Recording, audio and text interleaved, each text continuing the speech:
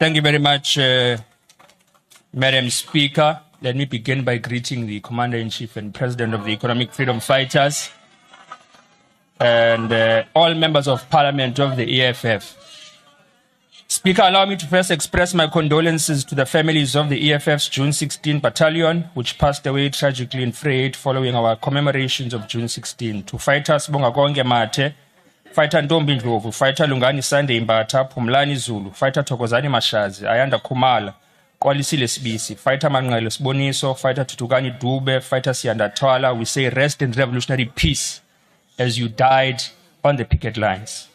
Let me also express my appreciation and commendation of the President of South Africa, Cyril Ramaphosa, for developing the testicular fortitude to remove the Deputy Minister of the DA, who was ineffective and incompetent. And long may these removals continue. Speaker, so the Money Bills Act stipulates that the Division of Revenue Bill must be in line with fiscal framework. And we have long labored as the EFF that the budget process has been characterized by deceit. And this deceit is twofold. It is deceptive consultations that made an impression that there will be alternative revenue generation mechanisms which will be included in the budget, and we do not see them anywhere today.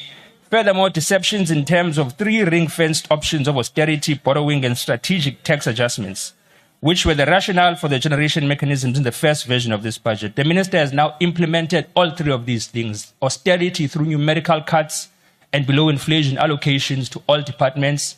He has now implemented borrowing through a 1.5 billion loan from the World Bank, and he has also implemented tax adjustments through the fuel levy. Now, as the EFF, we have now introduced the Public Finance Management Amendment Bill, which will restrict reckless and irresponsible borrowing from financial institutions globally, because there must be an authority of parliament that guides all loans which are conducted. House Chairperson, the EFF rejects the 2025 Division of Revenue Bill as proposed by the Minister of Finance and agreed to by the Democratic Alliance, Action SA, Rise Mzansi, and BOSA, led by Honorable Maimane, who is also the chairperson of the Standing Committee on Appropriations, because that committee has failed to fulfill its constitutional mandate.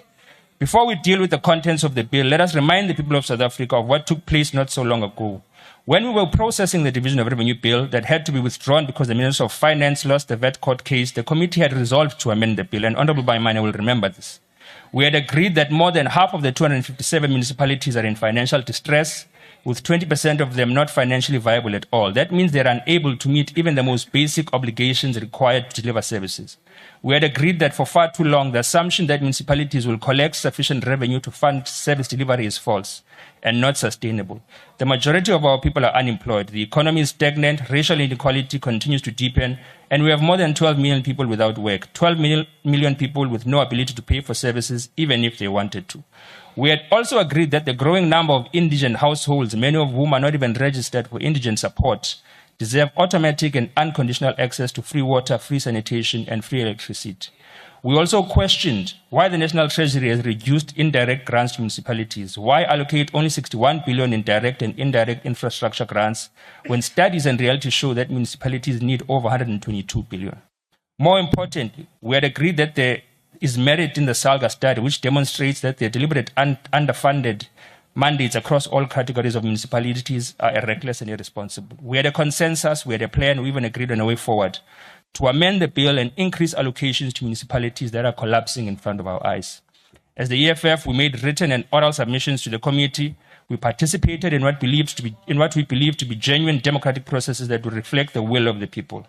We propose that allocations to municipalities should increase from 9.5% to 14%. This would increase the local government share by 88.4 billion. We were specific about where the money should come from. We propose funds must be reallocated from non-essential expenditure such as ministerial imbizos, provincial events, excessive travel, catering, inflated consultancy fees, and the corrupt tender system that has become a source of looting.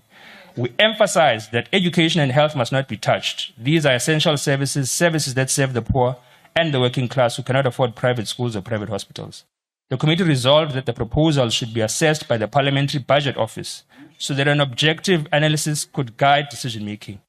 Honorable Maimane, the chairperson of this committee himself, proposed that we consider SALGA's model of equitable share split. We welcomed this proposal. It was a moment of political maturity and collective commitment to finding common ground. We had an opportunity to make a difference, to amend the bill and give our people water, sanitation, roads, refuse collection, and dignity. We had an opportunity to end sewage leakages in Deep Sloot, in Alexandra, in Nyanga, in Kayamnandi, where the Democratic Alliance governs, in Umlazi, in Tembisa, in Orange Farm, in Soweto. But all of that was ignored just because the so-called government of national unity had already agreed to maintain the status quo, even though it was not working. Parliament has thus been reduced to a rubber stamping exercise. We are now presented with a bill that offers no solution to the fundamental challenges of local government. It is a copy and paste of failures. The equitable share formula has remained rigid, outdated, and fails to respond to the current needs of our people. It continues to favor historically advantaged municipalities and ignores those deliberately underdeveloped by apartheid and neglected by democracy.